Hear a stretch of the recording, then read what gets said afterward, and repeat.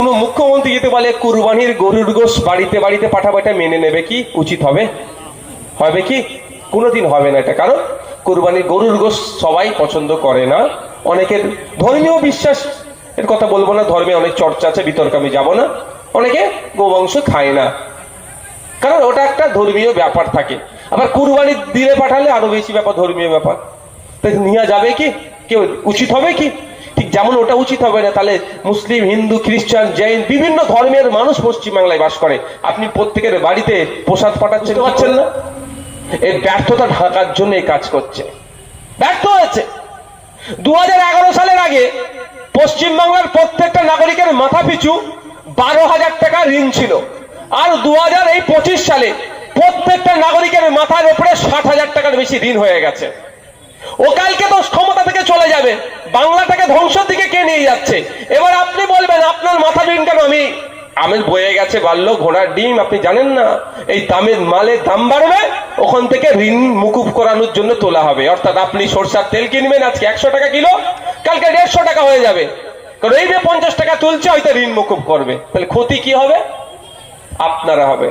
2011 সালের আগে গল্প দেখিয়েছিল হিন্দু মুসলমান বিপদে আছে, মুসলমানরা ঢালাই ভোট দিল। মুসলমান কি বিপদ মুক্ত হয়েছে? আপনারা মনে বিপদ মুক্ত হয়েছেন? আরো বেশি বিপদের দিকে চলে যাচ্ছে। এখন তো মাদ্রাসা মসজিদের জায়গা কেড়ে নেবে বলছে, আর রাজ্য সরকার বলছে বরঞ্চ উল্টে কি বলতে, যে পশ্চিমবাংলায় প্রতিবাদ করবে আমি তার থেকে বড় শত্রু আমার থেকে আর কেউ হবে না। উল্টে আমার বিপদে পাশে দাঁড়ানো তো দূরের কথা, আমাকে যে বিপদের দিকে ঠেলে দিচ্ছে বকলমে, সেই বিজেপিকে এরা সাপোর্ট করছে। 2011 সালের আগে মুসলমান বিপদে ছিল, মুসলমান ভোট দিলেন।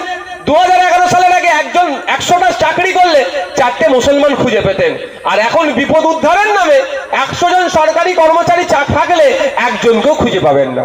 আপনার বিপদ উদ্ধার করে দিয়েছে। মানে আপনাদের চাই না যে সরকারি চাকরি করে কি করবে তোমরা, হ্যাঁ সব টাইম টু টাইম অফিস যেতে হবে, ফিরতে হবে, ওসব কষ্ট করে লাভ নেই। তোমরা ঘরে বসে থাকো, মাচাতে বসে বোম মারামারি প্র্যাকটিস করো। বুঝতে পারতে খারাপ লাগছে নাকি? আর যে আপনাকে 2011 সালের আগে বিপদ থেকে উদ্ধারের গল্প শুনিয়েছে, তার ভাইপো আমেরিকায় চোখের ট্রিটমেন্ট করতে যাচ্ছে। শোনা কথা সোশ্যাল মিডিয়াতে দেখলাম, যেখানে উনি ট্রিটমেন্ট করতে যায় শুনেছি নাকি 1 কোটি টাকা শুধু ফিজ নেয়।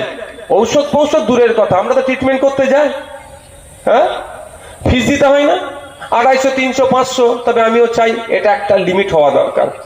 কাউকে 1000 টাকা ফিস, 800 টাকা ফিস, 700 টাকা ফিস গরিব মানুষ কোথা থেকে পাবে? এটাও একটা প্রাইভেটে হবে। একটা বিল অবশ্যই এসেছে, ক্লিনিক্যাল এস্টাবলিশমেন্ট অ্যাক্ট। আমার বলার পরে একটা কিছু বুঝে গাধা পানি খাবে কিন্তু একটু গুলিয়ে খাবে, বলার পরে একটু ঘুরিয়ে ঘাড়িয়ে নিয়ে এসেছে West Bengal clinical establishment act 2025। কিছু পরিবর্তন হয়েছে, তা ওর মধ্যে অনেক ঘাপলা আছে, আগামীতে হবে।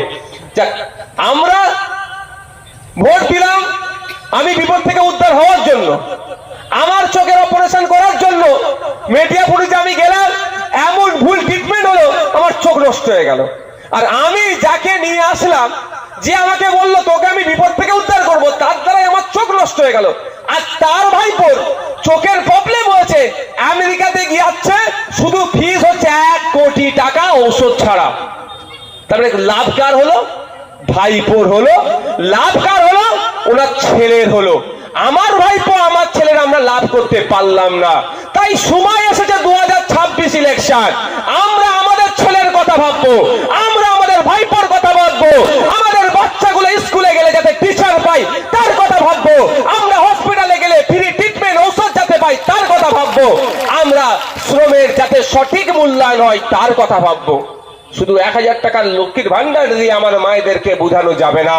মায়েদের বলছি 1000 টাকা লক্ষ্মীর ভান্ডার দিচ্ছে, আর আপনার ছেলের ভবিষ্যৎ ওই হাতেই মমতা ব্যানার্জি সরকার দাফন করে দিচ্ছে, দাহ করে দিচ্ছে। আপনারা যারা আছেন বাজারে মাইক লাগিয়েছে, অনেক আওয়াজ যাচ্ছে, সকলকে বলছি আজকে বাড়ি যাবেন যারা আপনার বাচ্চাগুলো যারা প্রাইমারি স্কুল। পৃথিবীর মধ্যে সব থেকে বেশি যদি কোনো জায়গায় সেনা থাকে সেই জায়গাটির নাম হচ্ছে কাশ্মীর।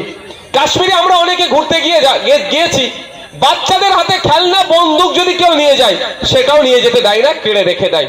সেখানে কিভাবে আসলে ধর্ম জিজ্ঞাসা করে 25-26 জনকে খুন করে আবার গায়েব হয়ে গেল, এটা তো বিশ্বাস করা যাচ্ছে না। নিশ্চিতভাবে ডাল মে কুছ কালা है। তাদের আসার সহযোগিতা কে করলো?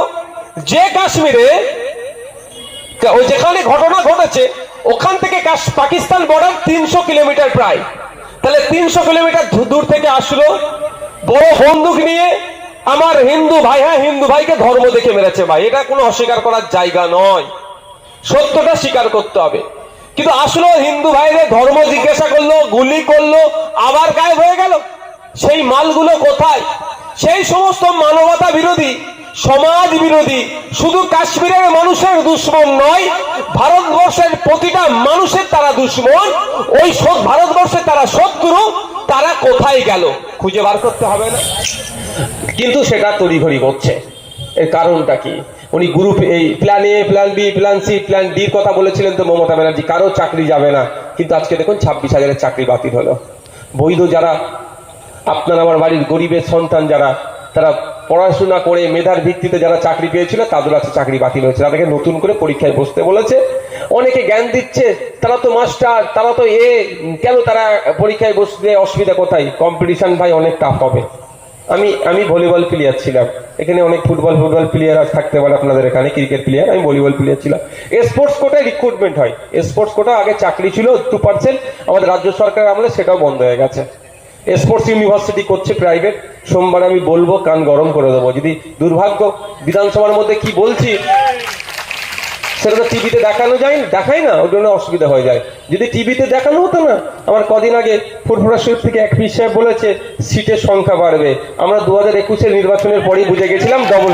তো উনি আজকে বলছেন, আমরা অনেক আগেই বুঝে গেছিলাম। পীর আমাদের দলের প্রতিষ্ঠাতা, আমাদের বড় ভাইজান আমাকে শুধু একটা কথা বলেছিল, টিকে থাক, মানুষ তোদের দিকে আর পিছনের দিকে তাকাতে হবে না। আর বাস্তব তো আজকে ওনার শুভবুদ্ধির উদয় হয়েছে, অনেক আগেই আমার বড় ভাইজান সে কথা বলে দিয়েছিল। দেখ, টিভি, বিধানসভা টিভি যদি থাকতো আমি কি বলছি জানতে পারতেন, আমার এরকম বক্তব্য দিতে আর লাগতো না। ওইটাই ক্যাটিং করে আমাদের ছেলেরা মোড়ে মোড়ে লাগিয়ে আমাদের ভোট প্রচার হয়ে যেত। দেখ, সোমবারে আছে একটা স্পোর্টস ইউনিভার্সিটি প্রাইভেট, তার উপরে আলোচনা হচ্ছে, তার উপরে আলোচনাটা করবে। সোমবারই আমি উত্তর দেবো সেখানে। কিন্তু আমার এখানে বলার কারণ হচ্ছে আমিও ভলিবল প্লেয়ার ছিলাম।